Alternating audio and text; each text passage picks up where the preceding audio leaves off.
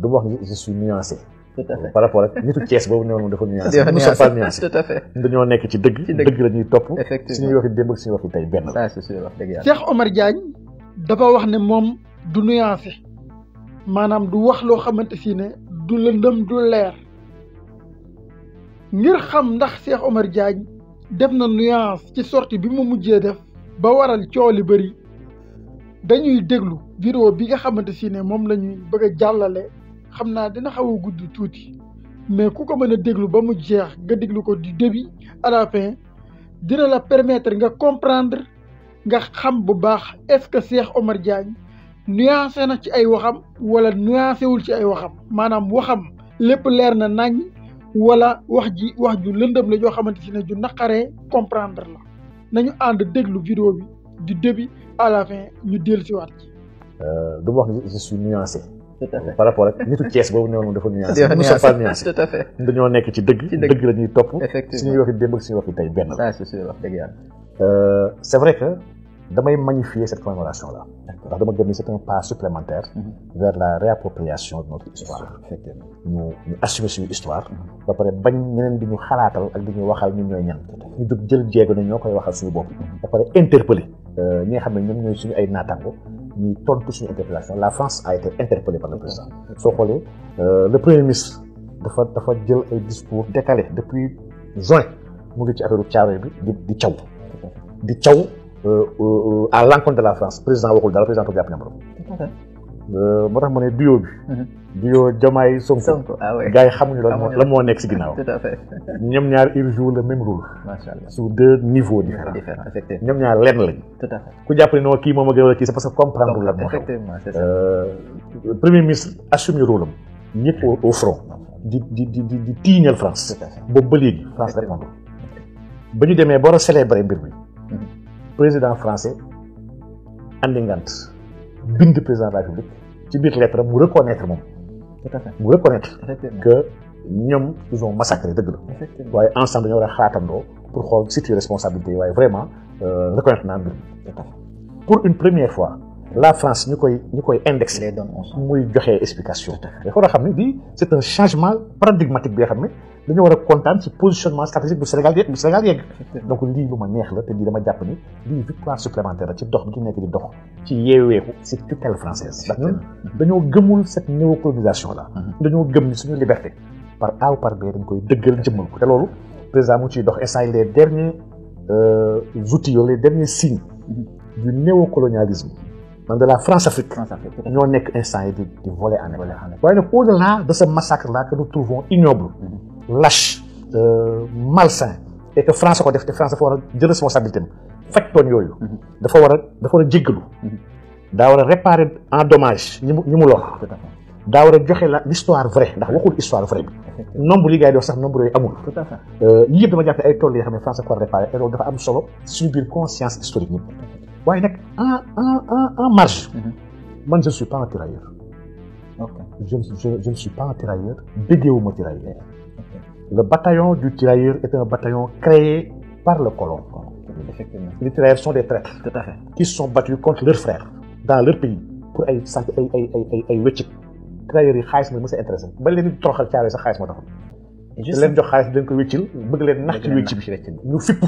ñu ray leen. xaalis boobu mos a ñor ñii ñooy les tirailleurs. maanaam ils sont des traîtres. man les tirailleurs béggeewu ma leen seen papa pour man ce ne sont pas des héros. ñoo nekk ay héros français.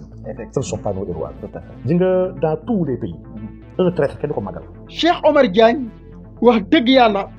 sa kaddu yii gisaguma kaddu yu ko gën a nuancé ndaxte boo fekkente ne da nga wax ni ab traître kenn du ko màggal nga wax ne tirailleurs yi ay traître la ñu woon mais ci sa biir kaddu yaa ngi rafetlu démarche bu président de la république ak démarche wu premier ministre ci liñ doon def ngir màggal tirailleurs yi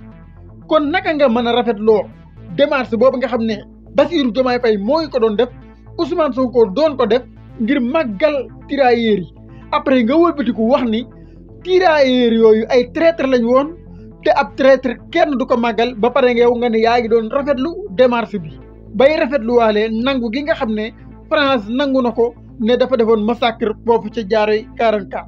loolu àndul ñaar yooyu ànduñu mënoo d'accord ci lee ba pare wax ñooñu ñu doon màggal ay traître lañu te traître kenn du ko màggal kon li nga bëgg a wax moo dina président de la république loolu mu def ba nga ko doon rafetlu premier ministre loolu mu def ba nga ko doon rafetlu loola waruñ ko woon a def ndaxte ñañ koy defal ay traître lañu woon ci sa biir kàddu loolu lañ ciy mën a dégg loolu moo tax ma wax ni kàddu yi gisaguma kàddu yu ko gën a nuancé xañ na mën ngaa génn gën a leeralaat waaye nuance moom am na bu baax a baax a baax a baax ci li nga xam ne moom nga wax bi léegi nag bu ñu delsee ci Cheikh Omar Diagne ci boppam ak ay sorteem ak fa nga xam ne fa lay liggéeyee tey muy présidence Cheikh Omar Diagne dama jàpp ni ku war a wàññi ay sorteem la di ko sorile bu baax a baax a baax a baax ndaxte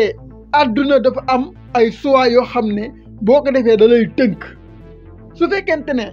da nga jël sa responsabilité ne da ngay liggéeyal askan wi xaalisu askan wi di la fay nga nekk ci ab bërëb forcément day am loo xamante si ne da nga koy ñàkk ci sa bopp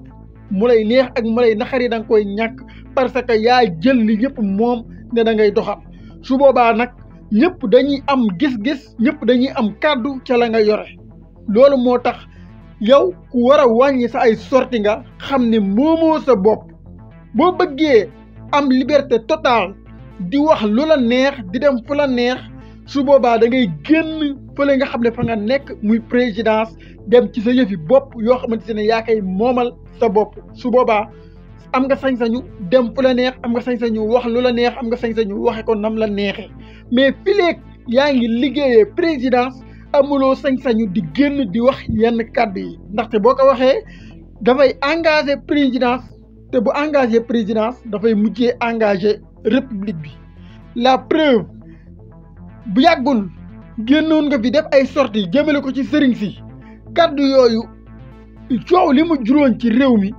ak ni mu doon déranger ñi nga xam ne ñoom ngay liggéeyandoon muy état bi de manière générale gouvernement bi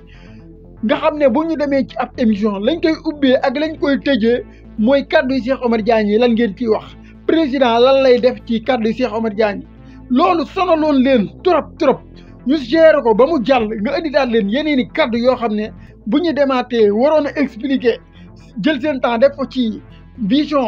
2050 bi journalistes yi dañuy orienté débat bi yóbbu ko ci Cheikh Omar Diagne sun maam yi mu traité ay traître lan la ci président nar a wax nga xamante ne émission bi bu waroon a durer 30 minutes boo moytuwul 15 minutes yëpp ci li Cheikh Omar Diagne wax ca lañ koy def débat loolu defe naa ne dimbaliwul président de la république dimbaliwul gouvernement bi moo tax il faut que nga xool ni ngay communiquer ba pare wàññi communication bi waaye tamit